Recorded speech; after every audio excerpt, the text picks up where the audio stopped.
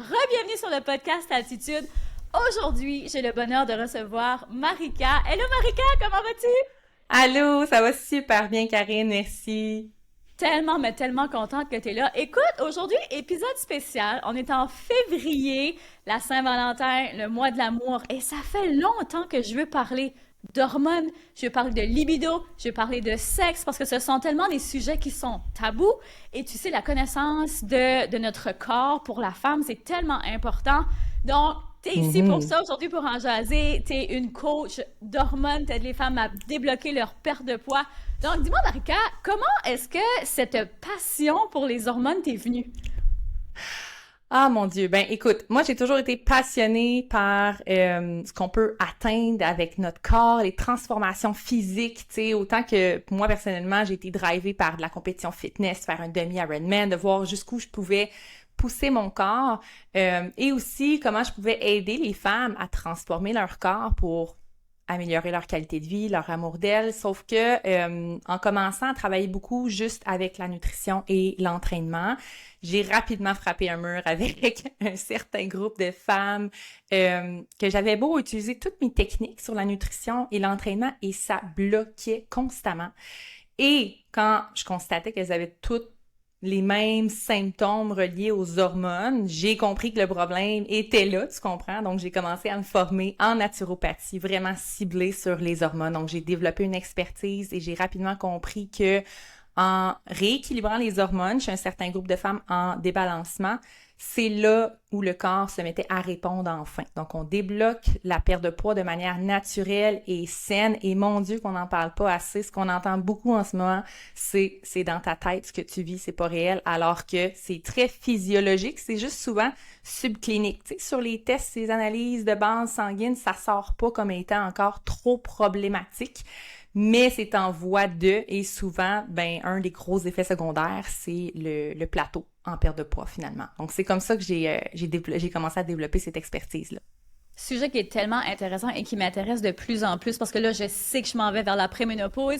Fait que je veux déjà mettre en place des choses dans ma vie pour que ça se fasse plus en douceur. Parce que tout ce que tu entends dans les médias, ou tu sais, moi j'entends mes parents, mes tantes, mes parents, ma mère, mon père, ça l'a pas trop affecté, hein. Mhm. Malgré que collatéralement, ça l'a affecté. Oui. Mais, tu sais, veux pas. Puis cet épisode ici, je tiens à dire que c'est pas juste pour les femmes, c'est aussi pour les hommes. Si vous voulez soutenir les femmes Oh dans oui. votre vie, comme ça va être tellement aidant. Moi, je parle, tu sais, avec Dave, je suis très ouverte au niveau de mes règles. Tu sais, il sait, là, à partir même encore ce matin, là, tu sais, moi, je suis vraiment dans ma phase, avant mes règles, dans mes PMS, puis je sais que j'ai moins de patience. Fait que là, ce matin, il était comme, ça se peut-tu, là, que t'es dans cette phase-là? Ah, Je mais sais pas, mais, il tu sais, faut les mettre au oui! courant et on va en parler pour la libido à quel point qu'il faut les mettre au courant. Je vais vous donner des trucs par rapport à ça, mais c'est tellement relié. Il faut arrêter que ce soit dans l'ombre là. Nous, les femmes, on est cycliques de un et on a des saisons hormonales et on a des ajustements très importants à faire en vue de ces transitions-là. Donc, on est ici pour en parler et oui, amener la famille, amener le conjoint. Surtout si vous avez des filles aussi, donc on va apprendre à en parler pour les aider, les outiller, elles aussi, finalement. Raison de plus, moi aussi, j'ai deux filles. Fait que, tu sais, tout ce qui Mhm. touche à tout ce qui est spécifique au cycle féminin, c'est justement, j'en ai une qui bientôt va avoir ses règles. C'est vraiment difficile, hein, de trouver de la documentation pour les Oh oui. aider à se Mhm. préparer par rapport à ça. C'est ridicule. On est en 2024 et là, tu sais, justement, là, ma passion pour les hormones, puis dernièrement, tu sais, je lis beaucoup sur le sujet et j'écoutais un épisode de podcast, tu sais, qui me disait toutes les recherches qui ont été faites au niveau, tu sais, du cycle féminin et même, elle parlait vraiment plus au niveau, tu sais, sexuel, dans le sens, le clitoris, toutes les données qui avaient été faites étaient basées sur des clitoris de vache et même Oh mon pas Dieu. Ah humains. ouais. Ah oui, va voir ça dans les recherches, je t'enverrai les liens de ce que j'écoutais. Mais on est très Mais en retard sur les recherches sur les femmes. Savais-tu que même au niveau du stress, les ouais, femmes sont incluses depuis l'an 2000 seulement? Avant, ah, c'était juste des études sur les hommes. Donc, on se rend compte que même aujourd'hui, au niveau des dosages des antidépresseurs qui ne sont pas du tout adaptés au corps de femme et le corps de la femme qui réagit complètement différent. hey, c'est C'est fou, hein? terrible. C'est terrible. Donc, tu sais, cet épisode-ci, c'est au moins ça peut éclairer une femme qui puisse en éclairer un autre. Mais déjà pour soi-même, au niveau de l'amour de soi, de la Mhm. compréhension de soi, des relations justement avec nos maris, nos femmes, nos partenaires, peu importe. J'espère que c'est pas tout ce monde-là en même temps. Non, c'est une blague. réponse a été faite dans mon cerveau. Tellement important, tu sais, de connaître ça. Fait que j'aimerais que tu me parles justement du lien entre les hormones et la libido. Oui, on s'entend que, tu sais, si dans ton mois, il y a 2 semaines où tu as envie de tuer tout le monde en phase prémenstruelle, on s'entend que la libido, c'est pas là que tu as le goût de te reproduire, c'est pas là que tu as le goût du tout. Donc, c'est sûr que si débalancement hormonal au niveau des hormones féminines, il y a, ben, la libido va être impactée. Et aussi, si le corps est dans une condition précaire, par exemple, en cas d'inflammation chronique, où on se sent avec des ballonnements, on se sent enflé, on a de la rétention d'eau à la fin de la journée, ou dans une autre condition précaire, comme par exemple de l'hypothyroïdie qui est tellement présente de plus en plus encore chez les femmes en particulier, ou débalancement des hormones féminines, où les vagues sont trop grandes au niveau de progestérone, estrogène pendant le cycle, ou encore chez la femme ménopausée où les hormones féminines sont juste trop basses, ben justement le corps est pas du tout en mode de vouloir se reproduire. Donc c'est la libido qui va être vraiment qui va baisser en premier. Et en fait, il y a beaucoup de choses qui font que la libido va être atteinte aussi dans nos comportements ou dans nos habitudes de vie. Par exemple, on va prendre certains médicaments qu'on ne saura même pas que c'est un des effets secondaires. Donc, souvent, une des premières questions à se poser au niveau hormones et libido, c'est est-ce que c'est un effet secondaire de mon médicament? Est-ce que je peux demander à mon pharmacien si c'en est un? Et est-ce que ça se peut que le dosage soit pas adapté? Et donc, de revoir ma liste de médicaments, voir si ça peut aider ma libido. On avait une conversation, je t'arrête là parce que tu es sur un sujet vraiment important puis qui, je crois, touche beaucoup de femmes. Donc, la pilule contraceptive, souvent, Oui, c'est un j'y arrive. des... Oui, Ah, tu y allais là. Ben, OK, je te laisse continuer. je m'en vais totalement là. Tu m'as vu venir, tu m'as devancé. C'est un gros sujet. Fait que juste avant que j'y arrive aussi, il y a d'autres petites choses à penser aussi dans notre environnement, les perturbateurs endocriniens, l'eau qu'on boit, chauffer notre nourriture dans du plastique au micro-ondes, les produits ménagers, les produits esthétiques qu'on se met sur la peau, bourrés de parfums, bourrés d'additifs chimiques, c'est toutes des choses qui peuvent venir perturber nos hormones et donc aussi avoir un impact négatif sur la libido. Le manque de sommeil aussi, le foie surchargé par trop d'alcool, de drogue, de cigarettes, trop de médicaments, tu sais, des Advil par-ci, par-là, ça reste un foie qui est surtaxé, ça reste que ça peut nous créer avoir vraiment certaines carences niveau vitaminique parce que ça atteint le microbiote intestinal, donc libido atteinte et la pilule contraceptive, oui, puis moi, personnellement, j'ai une petite histoire par rapport à ça. Quand j'étais jeune, mon petit chum de l'époque, tu sais, fin de l'adolescence, début adolescence, il me faisait sentir comme si j'étais pas normale parce que j'avais pas de lubrification. Et j'ai fini par comprendre, ça fait pas si longtemps finalement dans ma vie d'adulte, que c'était vraiment à cause de la pilule contraceptive que j'avais pas de lubrification. Et je me sentais comme brisée, j'avais comme honte. Tu sais, vraiment, là, je pensais que c'était de ma faute, mais étant jeune, je savais juste pas que c'était pas du tout de ma faute. C'est vraiment des effets secondaires. Et à certaines phases de mon cycle, je comprends maintenant que ma lubrification est complètement différente, là. Donc, justement, il y a des fois où je le sais que j'ai besoin de préliminaires, puis mon chum, il le sait. Puis il y a des fois que c'est comme « Hell no, let's go, we go for the win, sit! » Fait que, tu sais, comme tu dis, de mettre carrément, tu sais, ton mari tu sais, qui connaît ton cycle, pourquoi ne pas afficher notre cycle sur le frigo, puis comme ça, tu sais, notre mari, il sait, notre conjoint, notre partenaire sait que ça va prendre plus de préliminaires. Il y a une quote super drôle qu'on peut lire qui dit, je vais te la lire en anglais, je vais la traduire après, ça dit « Hey, Mr. Impatient, how about you go down a water slide while it isn't wet? Maybe then you'll understand why foreplay is so important. » Fait que, tu sais, essaye de descendre une glissade d'eau, pas d'eau, puis tu vas voir que c'est pas le fun pantoute. Pas de pantoute. Fait que, tu sais, ça, c'est le genre de choses aussi dans l'inconscient qui peut faire qu'on a moins de libido parce que la communication est pas bonne avec le chum. Donc, tu sais, là, c'est pas le fun, ça fait mal. Fait que quand ça fait mal plusieurs fois, c'est des petites corrélations qui se font, tu sais, dans notre cerveau. Fait que là, ça devient encore un peu plus loin que la relation hormonale. Ça devient un petit peu plus la relation, tu sais, souvenirs émotionnels et tout. Mais quand même, c'est des petits trucs qu'on peut déjà plus intégré. Puis au niveau du cycle, quand je vous dis que la lubrification change beaucoup, juste vous dire, niveau hormonal, la progestérone est une hormone qui est très anti-libido. Fait que si vous regardez votre cycle, pour les femmes qui sont en cycle ovarien actuel, le moment dans votre cycle où la progestérone est le plus élevé, c'est suite à l'ovulation. Donc, c'est post-ovulatoire. Fait que je vous dirais que ovulation, c'est hell yeah pour la libido et c'est normal. Mais après l'ovulation, on a souvent un pic de progestérone où c'est correct, c'est normal d'avoir moins de libido. Il faut juste comprendre ça et se respecter aussi. Et si par contre vos hormones sont vraiment en débalancement, donc là souvent vous allez le savoir parce que comme je disais, vous allez être hyper irritable, celles qui ont des gros mal de ventre, des gros saignements ou celles qui sont en ménopause, préménopause, qui ont beaucoup de chaleur, de sueur nocturne, de l'insomnie, grosse prise de poids aussi à la ménopause. Donc c'est signe qu'il y a un débalancement.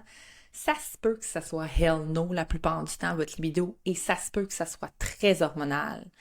Donc, la première question à vous poser, c'est ça, c'est est-ce que je connais les phases de mon cycle? Est-ce que mes hormones semblent équilibrées? Et est-ce que donc mon manque de libido peut provenir d'un débalancement hormonal? Fait que, Ouais.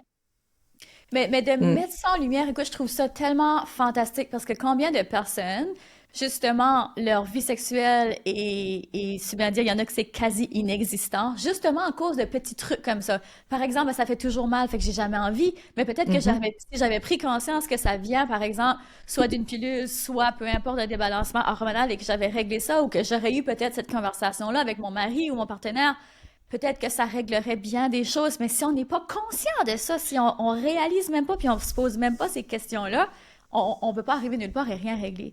Fait que déjà là, maintenant, à la lumière de ça, avec tous les symptômes que tu as nommés qu'on peut avoir lorsqu'on est débalancé hormonalement, qu'est-ce qu'on peut faire maintenant? mhm. Ben, tu sais, si je donne quelques trucs juste plus pour la libido vraiment, vite, vite, ben de un, ce serait de, tu sais, utiliser un tracker pour voir justement est-ce que mon, mon cycle est stable. S'il est instable, est-ce que je peux commencer à instaurer des choses dans ma vie qui vont aider à la stabilité hormonale? Euh, Partager son cycle à son conjoint, comme j'ai dit. Puis, vraiment, se donner le but peut-être d'avoir un maximum d'orgasme. Parce que chez la femme, il y a beaucoup des gynécologues même qui conseillent d'avoir beaucoup d'orgasmes. Nous, c'est vraiment hot les femmes comparées aux hommes parce que plus on a d'orgasmes, mieux c'est pour notre santé, que ce soit santé physique, émotionnelle, la santé vaginale. Et notre vagin, il est tellement puissant parce qu'il peut absorber des choses du sperme. Tandis que l'homme, c'est le contraire. Lui, plus il y a d'orgasme, plus il perd de son énergie, je te donne un exemple.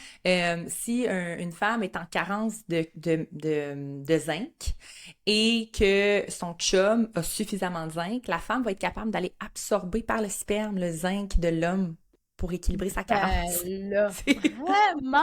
Ok, ça Oui, c'est hot, là, je savais oui. pas ça. Mais si l'homme prend beaucoup de médicaments, de drogue, d'alcool, par contre, la femme Hmm. va l'absorber aussi. Donc, ça a deux tranchants. Wow! OK. Ouais. Est-ce que l'absorption, j'ai une question pour toi. Est-ce que l'absorption se fait seulement si la femme a un orgasme ou c'est juste avec les relations sexuelles? C'est juste dès qu'il y a un échange de sperme. Ça prend pas nécessairement Wow! qu'il y ait un orgasme de la femme, là. C'est juste, ouais, il y a comme ils ont découvert ça. Je pense que c'est quand même récent dans les recherches, là. Wow! OK. Ouais, c'est nous, là, nos organes reliés à la reproduction, là, tu sais, même au niveau des seins, dans l'allaitement, là, même dans les seins, il y a des cellules absorbantes qui vont absorber la salive du bébé pendant l'allaitement pour produire des anticorps. Donc, on est vraiment comme une machine à donner Magique. ce que les autres ont Ouais, besoin, là. On ouais, absorbe et on vraiment. crée, c'est fou. C'est impressionnant. Ouais, ouais. Et pour revenir à mes petits trucs concernant la libido un peu plus précise avant d'arriver un peu plus dans ce qu'on fait, qu'est-ce qu'on fait lorsqu'il y a vraiment un débalancement et qu'on semble bloqué. Au niveau de la libido, un truc que j'aime bien donner aussi, c'est une fois qu'on connaît bien là, les phases de son cycle, puis qu'on veut se planifier des petits week-ends en amoureux, ben on peut se fier sur ces phases-là aussi de savoir à l'ovulation, là, tu sais, la libido est bonne, tout ça, j'ai pas de douleur parce que je suis pas en phase prémenstruelle, donc ça se passe bien, donc j'ai envie. Donc, tu sais, planifier nos petits week-ends, nos petites dates en amoureux à ce moment-là, c'est un bon truc. Et s'il vous plaît, les femmes, je vous invite tellement à vous reposer en phase prémenstruelle. Ça demande tellement d'énergie à notre corps, les menstruations. Tu sais, je dis souvent qu'avant, les femmes avaient à gérer les menstruations. Tu sais, ils les comptaient sur les doigts d'une main parce que elle tombait menstruée, elle se mariait, commençait les bébés, puis elle enchaînait les bébés, l'allaitement, bébé allaitement non-stop quasiment jusqu'à la ménopause. Mais nous, dans notre réalité, dans le monde moderne dans lequel on vit, on a à gérer en moyenne 400 menstruations. Donc, c'est une nouvelle réalité. Fait il faut ralentir. On est dans une espèce de monde très masculin avec la performance, mais nous, on fonctionne pas comme ça. Fait que là, moi, j'essaie de créer une espèce de mouvement de femmes rebelles là, qui catchent qu'on fonctionne pas comme les hommes, qui comprennent qu'il faut ralentir, il faut s'étudier, il faut se comprendre et respecter nos cycles et adapter. Tu sais, moi, je donne des entraînements en live souvent et je dis à mes rebelles, écoutez les rebelles, si moi je vais planifier mes entraînements en live en fonction de mes menstruations. Quand je vais tomber menstruée, si jamais mon cycle est déréglé, ça se peut que j'annule des entraînements parce que moi, mon jour 1, là, c'est repos, yoga doux, yoga restaurateur, stretching, marche. Donc, vraiment, là, on se repose en phase prémenstruelle et ça va beaucoup aider de 1, votre équilibre hormonal et de 2, votre libido. Et si vraiment, là, les petits trucs qu'on parle aujourd'hui, ça l'aide pas, puis que vous sentez que vous êtes en déséquilibre hormonal et que ça ne va plus, que vous vous reconnaissez plus, que votre corps semble bloqué, que vos menstruations sont vraiment inconfortables ou votre préménopause se passe très mal, vous pouvez faire une modulation hormonale. Il y a des approches naturelles qui vont vous aider à aller faire une petite relance hormonale et qui vont supprimer les symptômes de votre vie sans même que vous ayez besoin, souvent, la plupart du temps, de médication. Mais il faut faire le travail. Et la première étape que je vous invite à faire pour savoir, pour confirmer, en fait, si vous êtes en débalancement hormonal, j'ai fait un petit quiz d'une 20aine de questions. Vous remplissez ça, ça vous donne un score. Et suite à ce score-là, vous êtes en mesure de mesurer à quel point c'est grave. Et si vous voulez, par courriel, je peux vous envoyer plusieurs outils que vous allez déjà commencer à mettre en place, des petites stratégies pour enrayer le débalancement. Bien sûr, si vous avez besoin d'aide, vous allez rentrer dans mon univers. Ça va me faire plaisir de vous guider en proximité. Et on a une masterclass aussi qu'on voulait parler, Karine. Oui, vous avez une belle masterclass qui s'en vient à toi et Cassandra. Donc, ça va être... Peux-tu me rappeler la date? Je sais plus certaine si c'est le 14 ou c'est le 15. C'est en février, c'est le 19 et 20 février. OK, donc 2 jours où est-ce que justement, là, vous allez approfondir sur le sujet et aussi autour de l'amour de soi. Oui, c'est ça. Moi, je suis très du côté physiologique, OK? Mais même dans mon approche au niveau de la modulation hormonale, je fais beaucoup affaire avec des coachs en PNL, des coachs en développement personnel, des thérapeutes en relation d'aide et coach Cassandre, qui est une coach en PNL et coach de couple, avec qui ça a vraiment bien cliqué. On s'est dit, écoute, il faut absolument aider les femmes qui ont de la difficulté à s'aimer, qui ont de la difficulté à s'aimer tellement que ça les rend incohérentes dans leurs habitudes de vie. Elles savent qu'est-ce qu'elles doivent faire pour avoir des résultats, pour être bien, pour s'aimer, pour avoir des relations amoureuses aussi qui fonctionnent, mais elles ne sont pas cohérentes par manque d'amour d'elles-mêmes. Donc, on a bâti un bootcamp de 2 jours qui s'appelle Self-Shift. Donc, du côté émotionnel, au premier jour, Cassandre va vous faire shifter et moi, du côté physiologique, après ça, on va aller relier les points manquants pour que l'amour de soi soit grandissante et que les relations amoureuses soient enrichissantes, puissantes, en connexion profonde. Donc, on est vraiment excités d'offrir ça pour la Saint-Valentin. Tu sais, on offre les femmes à aller plus loin là, que d'offrir des fleurs ou de se faire offrir du chocolat. Non, tu sais, offre-toi un bootcamp de 2 jours pour apprendre à mieux t'aimer puis être capable d'être cohérente avec ce que tu veux faire dans ta vie, mieux manger, t'entraîner. Faut que tu t'aimes assez pour être capable d'implémenter ça sur le long terme. Donc, c'est là qu'on veut, c'est comme ça qu'on veut vous faire shifter avec le self-shift du mois de février. Hey, ça va être magique et ça revient tellement à tout ce que j'enseigne ici sur le podcast, tout part de soi. Si on ne s'aime pas assez, Puis tu sais, c'est un sujet dont on parle peut-être pas assez non plus, mais l'amour de soi, là, honnêtement, c'est la première chose. Avant d'être capable d'aimer quelqu'un d'autre, si on n'est pas capable de s'aimer, déjà, là, il y a un gros blocage. Fait que tu vas me donner le lien, je vais le mettre en show notes, Oui! guys. Fait que si vous voulez participer, le lien va être directement là. Sinon, ma belle Marika, où est-ce qu'on peut te retrouver? Sur Instagram, marika.rebelle, et sur Facebook aussi, et j'ai une communauté, donc Rebelle Communauté, on appelle ça le cœur de l'équilibre hormonal chez les femmes. Donc si vous voulez avoir des petits défis, embarquer dans mes folies, venir partager vos wins avec nous au niveau de la santé hormonale, venir vous informer, vous outiller, donc c'est vraiment l'endroit, je vous dirais, le groupe Facebook où je partage beaucoup. Et grâce à toi, Karine, je te remercie, grâce à l'accélérateur, l'Académie Altitude, j'ai lancé mon podcast également, donc Clinique Rebelle, où vous nous montrez tellement bien à show notre travail, à montrer notre travail, show your work, que vous répétez souvent. Donc, je reçois carrément des femmes en consultation ouverte une fois par mois sur le podcast Clinique avec un K, Rebelle. Et à travers ça, j'ai des invités, à travers ça, j'ai des petites capsules aussi. Donc, j'adore ça. Merci beaucoup encore pour toute la motivation, la guidance que tu m'amènes dans mon entreprise. Plaisir tellement. Et merci à toi aujourd'hui pour ta grande générosité et tous les bons conseils que tu as donnés. Je suis certaine qu'il y en a déjà qui ont été faire le quiz pendant qu'on parle ou qui vont y aller directement après cet épisode-ci. Fait que vous inquiétez pas, tout ce que tu as nommé, Marika, ça va être dans les show notes, guys. Et sur ce, je vous dis merci à tout le monde et toujours, je te redis avec amour, continue de briller et de prendre de l'altitude, car le monde a besoin de ce don spécial que seulement toi détiens. Sur ce, on se retrouve la semaine prochaine.